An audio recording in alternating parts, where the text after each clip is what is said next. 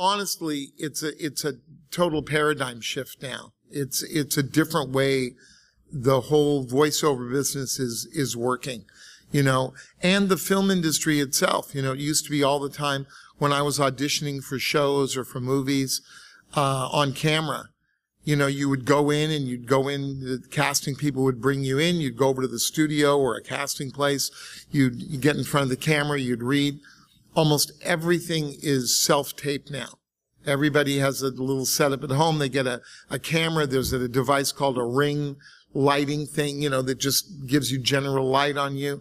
And everybody self-tapes now. They email you the sides to read what you're going to audition, and you get up in front of yourself and you do it.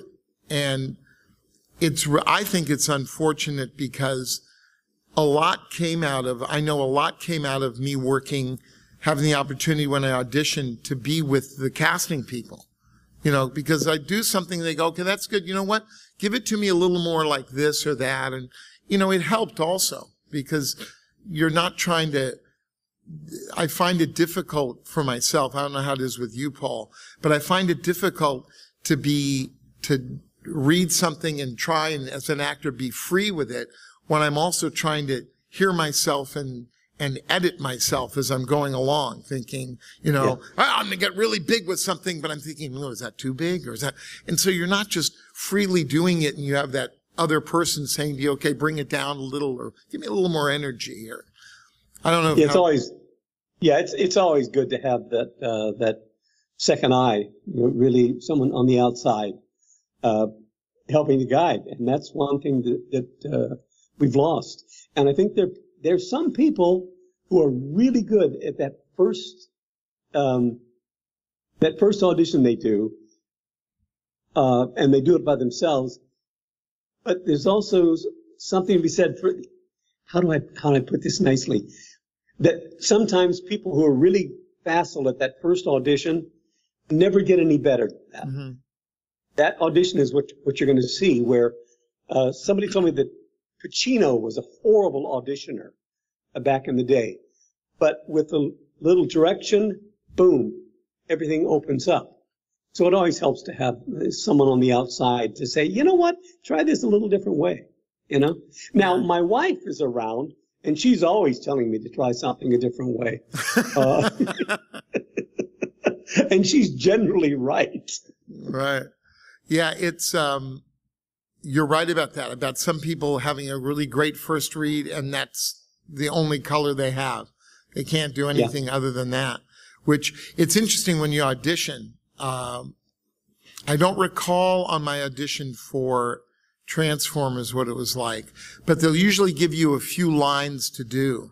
And a lot of people will pick like the attitude of a character, or you get a script, you know, but they'll come up with the voice, or they'll come up with an approach to it, and they'll do every line that way. And it's like, nah, don't do that.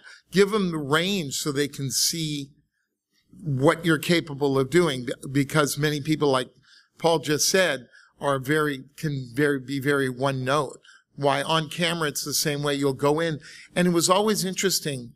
I know I'm digressing away from Transformers, but it was interesting on camera stuff that I would do, because I would go in, I'd prepare it, I'd go in and audition, and then the director would sometimes say, well, you know what, give it to me really kind of angry. And I'm thinking, this isn't angry. This isn't an angry kind of scene, or it was weird. But you go ahead and do that, and they're doing it not because they think it should be angry, but to see if you have any range in your ability to act. And, you know, many times because I do a lot of radio commercials and produce a lot of radio commercials now, and I'll have actors auditioning, and I'll ask them for something different, and it'll just come out the same every single time. It's like, okay, great, thank you very much, appreciate it. Yeah. Anyway, I know I digressed a little bit. Sorry about that.